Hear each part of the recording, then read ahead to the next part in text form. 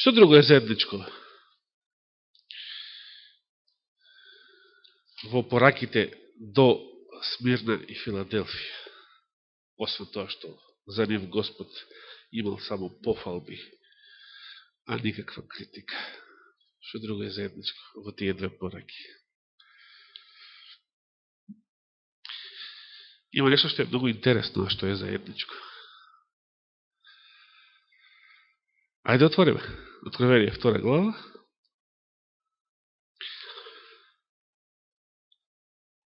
Ке почнеме од 8 стих, од каде што почнува пораката до втората црква. Црквата во Смирна.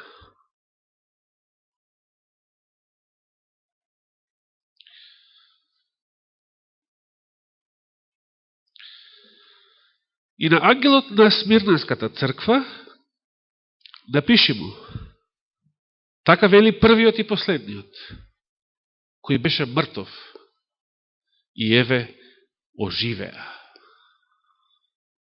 Колку славни зборови. Беше мртов и оживеа. А може ли светот да понуди поголема надеж од ова? Победа над смртта. Ги знам твоите дела, скрпта и сиромаштијата, но ти си богат.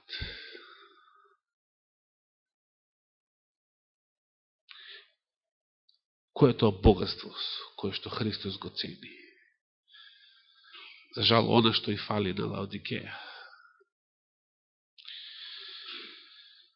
Лаодикеја е многу богата. Живе во последното време. Време на многу удобства, комфор, технологија, материјални средства. Но за неја Господ вели дека е сиромашна, гладна, гола, боса. И ја советува каде да купи злато, што да направи за да се збогати. Но за Смирна Господ вели богат, значи на ангелот, затоа во машки род, на ангелот, Господ им ги испрека пораките на ангелите на црквите. Ти си богат. И што друго се споменува? Запазите тука. И хулењата, пцовките, значи нешто што е најниско ниво на говор, и говор на образа, што денес се нарекува. Хулењата на оние кои за себе велат дека се јудејци, а не се, туку се што? Туку се сатанска збирштина. Тоа, изврниот текст вели синагога, тој е всушност грчки збор. Евреите зеле грчки збор да го користат за нивните синагоги, уште во тоа време. Овде го превеле со збирштина, бидејќи баш така одговара.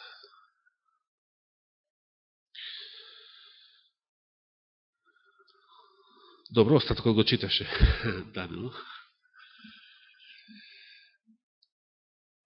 Ајде видиме што е изборно на Филаделфија. 3 глава. И таму се споменува синагогата сатанска. Много интересно. Зашто баш на тие две цркви, на тие две места? 3 глава, 7 стих.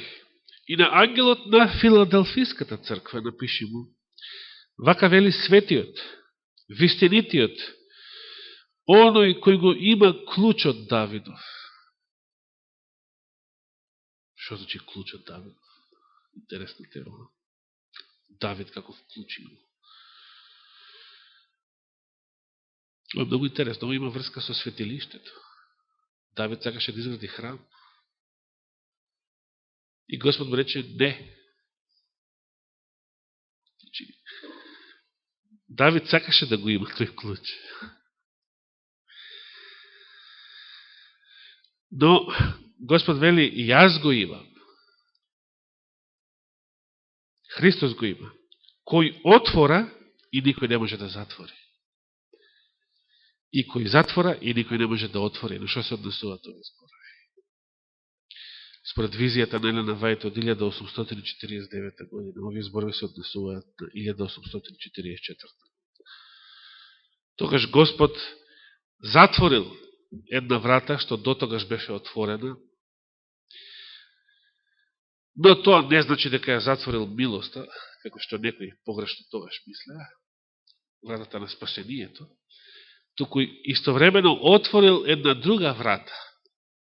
И сега се спасуваме преку таа врата што тој ја отворил, ама таа е таа што не му се допаѓа на поголемиот дел од христијанството. Бидејќи таа врата во второто одделение од светилиштето, таму каде што се наоѓа ковчегот, таму каде што се наоѓаат заповедите, и сега заповедите, тоа е. Тука се наоѓа саботата. Тоа е проблемот. Убава си беше онаа прва просторија кај што не беа заповедите. Но Господ рече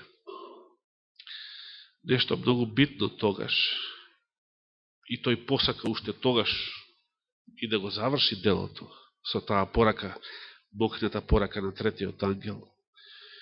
Но како некогаш и евреите, така и Божиот народ од тоа време па навака, од икс неколку причини, значи предизвикал Господ да го одложи своето доаѓање. Ко почитавме 7 стих, значи таа порака се однесува до Филаделфија. Од 1844 не почнувала од Дикеја. Филаделфија. Братската љубов тогаш беше силна. Ревноста тогаш беше силна. Верата во Христовото доаѓање тогаш беше силна. Но пораката на третиот ангел не беше прифатена. Повеќето адвентисти се откажа од верата после разочарувањето. Самиот Милер се откажа. Не го прифатија третиот ангел. Не го прифатија ова учење и за затворената, и за отворената врата. Науката за светилиштето, за небесното светилиште. И затоа спласна тоа движење. Да го прифатеа духот на пророштвото, уште пред тоа немаше ни да се разочараат. Го отфрлија духот на пророштвото. Хейзен Фос дури не ни се плашил дури да ги објави своите визии и доживеа разочарување. Немаше нито да се разочараат да веруваа на духот на пророштвото. Но и после разочарувањето не верува во пораката на третиот ангел. Ја отврлија доктрината за светилиштето, која што беше објаснување за сите тие настани, објаснување за сето тоа разочарување. И движењето спласна.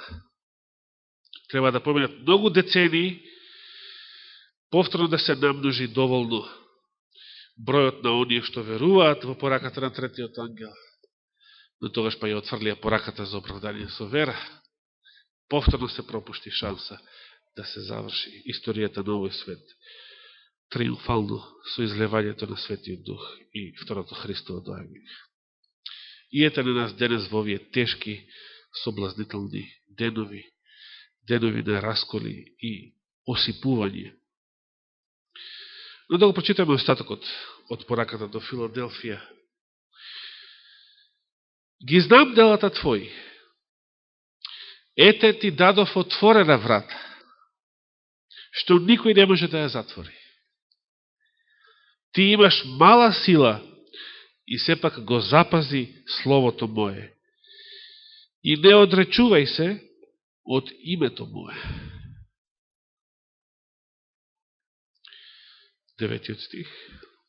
Видите, мала сила, но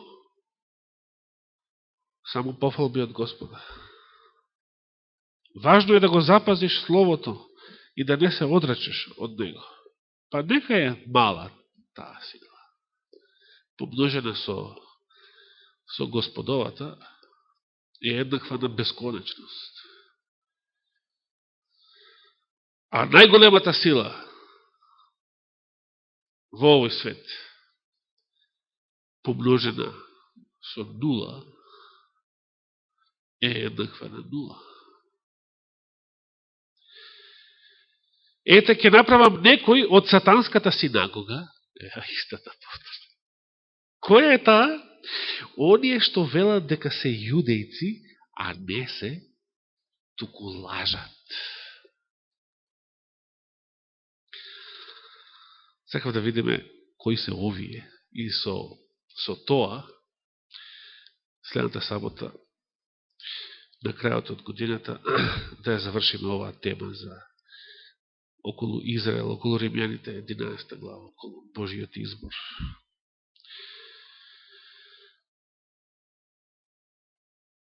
Што тие, што лажат, лажните евреи, ќе направам, вели, да дојдат, пазите какви зборови. А и Смирна беше на почетокот од христијанската историја. Ако прашаме кои се лажните евреи од Смирна, од времето на Смирна, од времето на раното христијанство, на кое време се однесува Смирна? Кои се тие 10 дена за кои што Христос им најавил прогонство? Значи, тоа се 10 години на почетокот од 4 век, крајот на 3, од 303-та, значи, христијанската црква беше гонета цели 200 години од страна на римската држава. Ако сметаме од Нерон, првите првенства, кога гинат со маченичка смрт и апостол Павле, и апостол Петар и многу други илјадници. Повеќе од 200 години. Но на почетокот од 4 век, баш на почетокот, пред да добијат верска слобода христијаните во времето на Константин, последниот цар пред Константин, кој беше? Диоклецијан, што беше роден во Сплит. Диоклецијан и го приредил на црквата најголемото прогонство, најстрашното прогонство. Значи, не стига сите прогонства во тие предходни 200 и кусор години од апостолско време до тогаш, туку во тие последни години од власта на Диоклецијан, од 303-та до 313-та, кога Константин доаѓа на власт, со Миланскиот едикт, 313 година е донесен тој едикт за верската слобода на христијаните. Тие 10 години, овде проречени како 10 дена, беа најстрашните прогони. Се вели дека првите епископите што учествувале, еден од нив беше епископот Ахил од Стоби, значи од Македонија, што учествувале на првиот Вселенски собор 325 година во Никеја. Повеќето од нив, кој бил со едно око, кој бил без рака, кој бил, значи, првите учесници на првиот Вселенски собор биле луѓе што се уште имале лузни, тоа го прочитав во адвентистичкиот коментар, се уште имале лузни од тие прогонства, од тие 10 години, најкрвавите, најстрашните прогонства за црквата последните 10 години. 303 до 313. На некој начин е тоа најава за последното време. Бидејќи последното време, кога ќе бидат најголемите прогонства, најстрашните прогонства? На самиот крај. На самиот крај.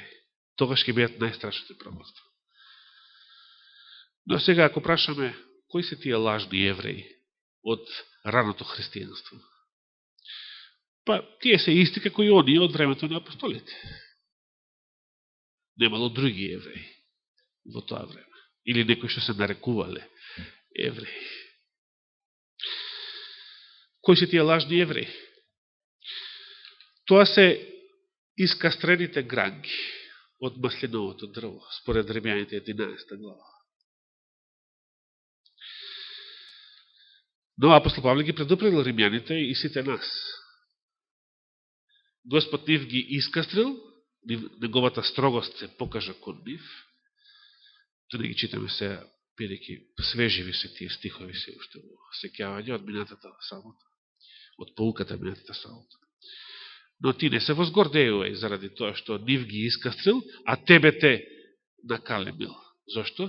Бидејќи не го носиш ти коренот, не го храниш ти коренот, туку коренот те носи тебе и коренот те храни тебе. Значи, тоа е едно те исто дрво, Израел. Ние сме само накалебени на тоа дрво, ама дрвото е исто цело време. И сега, кој е вистинскиот Израел? Во Галатјаните, да се подсетиме малку порано од библиската pouка, последната 6 глава, што напиша апостол Павле, 15 и 16 стих. Галатјаните 6 глава, 15 и 16 стих. Зашто во Исус Христос ниту обрезанието има некаква сила, ниту необрезанието. Значи, во каква состојба се наоѓа телото твое или мое, тоа нема сила, само по себе. Туку што? Каде се наоѓа силата? Туку новото создание, а тука е силата, кај што е Духот Свети. Туку новото создание, во тоа е вредноста на верата. На оние што постапуваат и по тоа правило, по кој правило? Новото создание. И од сега натаму нека биде мир и милост ним и на Израел Божји, или некои преводи велат на Господовиот Израел, или Божиот Израел. Кој е тој Господов Божи Израел? Сеќаваме Римјаните 2.28. Кој е вистински Израелец?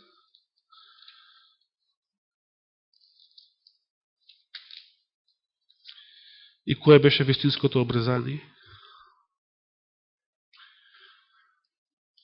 Ајде да ги прочитаме и тие зборови. Имаше 5 минути до крајот. Кое беше вистинското обрезание и вистинскиот Израелец?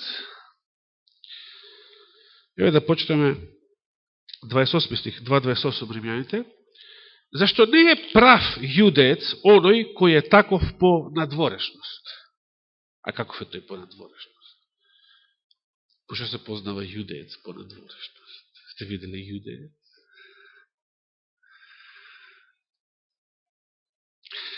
Ова е многу интересна тема.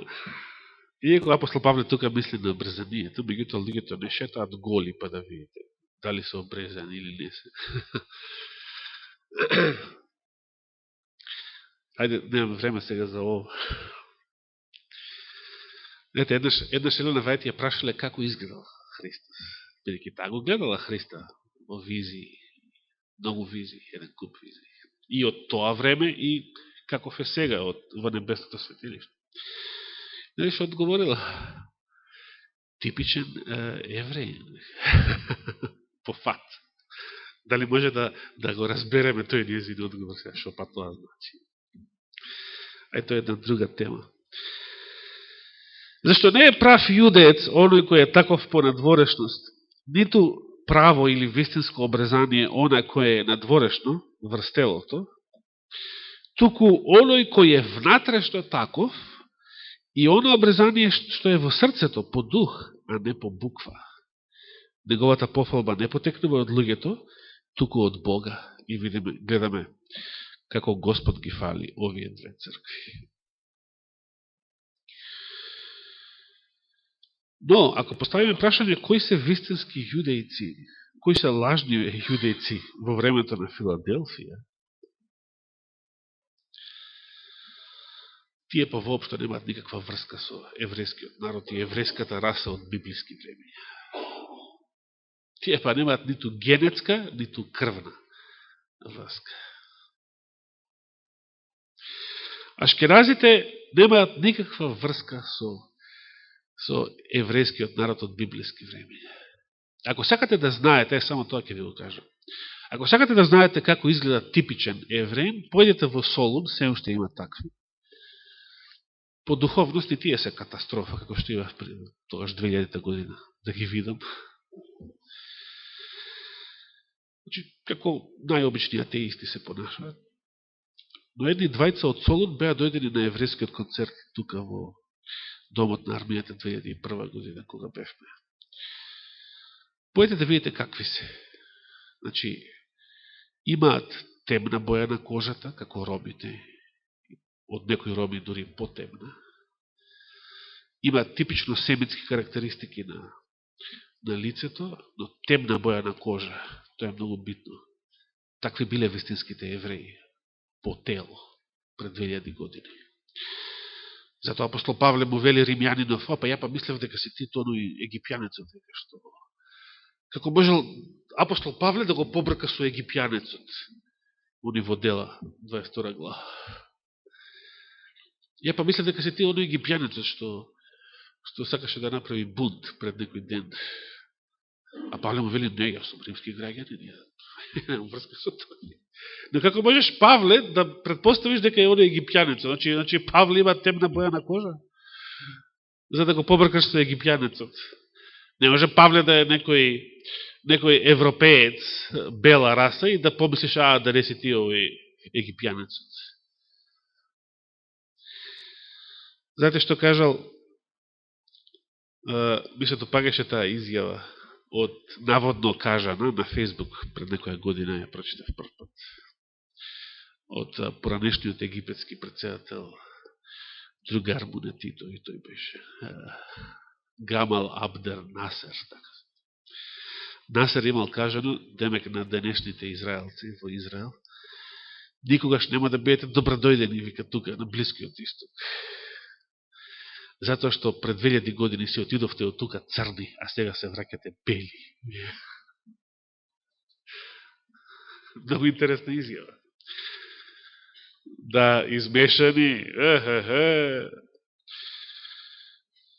Значи, денес се неверните евреи, израелци, два пати се лажни евреи. И по тело не се тие евреи од тоа време, дали се хазари, дали се келти, не е битно шо се, по генетско потекло. Но оние што најмногу ја матат водата и во и околу Израел, и надвор, и секаде по светот, па и разните соросоиди и така натаму. Тоа се два пати лажни израелци, што немаат никаква врска со вистината. Тие се сатанска синагога и немаат никаква врска со Израел, оној Израел за кој што Павле вели дека целиот ќе се спаси во Римјаните 11 глава. А тоа планирав да го оставам за следната сабота. Со тоа да финишираме. Што значи тоа целиот Израел ќе се спаси? Според се повикува на пророштвото од Исаија, за да го каже тоа. А сега само да довршам пораката до Филаделфија, во 9 стих. Видите што ќе направам. Ако не се откажеме од Словото, и не се ако го запазиме Словото Христово, и не се одречеме од името Него, ете ќе направам некои од сатанската синагога, оние што велат дека се јудејци, а не се, туку лажат, да дојдат и што? И да се поклонат пред нозете Твои и да познаат дека јас те засакав. Замислите со каква слава ќе го овенча Господ неговиот верен остаток.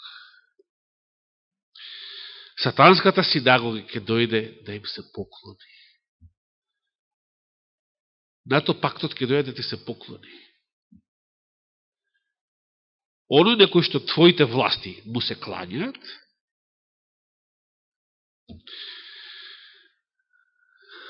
тој ќе ти се поклони тебе, кој што човечки немаш ти никаква сила. Имаш мала сила. Го немаш нивното богатство на овие лажниви евреи. 18 милиарди на Сорос. За да се прават нови и нови беззаконија широм светот. Немаш сила, немаш богатство, не си многу интересен, не си популарен. На крај па не си ни убав, многу.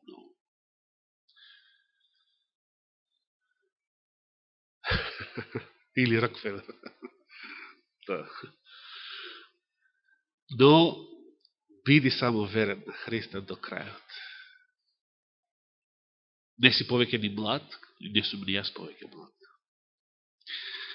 Како што бев, затоа велам, не сме сега толку убави како тогаш, минатиот век. Но, биди верен на Христа до крајот. И Господ ќе направи тие да ти се поклонат.